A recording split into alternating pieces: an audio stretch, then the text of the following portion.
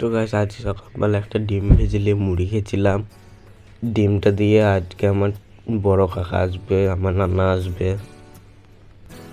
দিয়ে তারপরে মুড়িটা নিয়ে খেয়ে নিলাম। টেস্টি আছে মুড়িটা। দিয়ে চাপড়ে গেছিলাম কচুরি বাজারটা আনতে, যেহেতু বড় আব্বার আসবে, নানা আসবে, এই চাপড়ে চলে এলাম।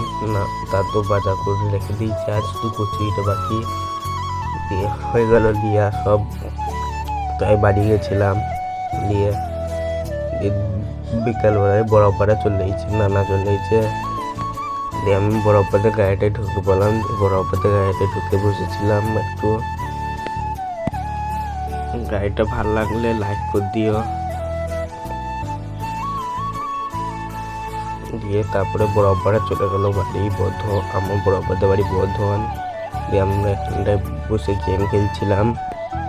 দিয়ে বাড়ি এসে পা হাত ধুয়ে নিলাম।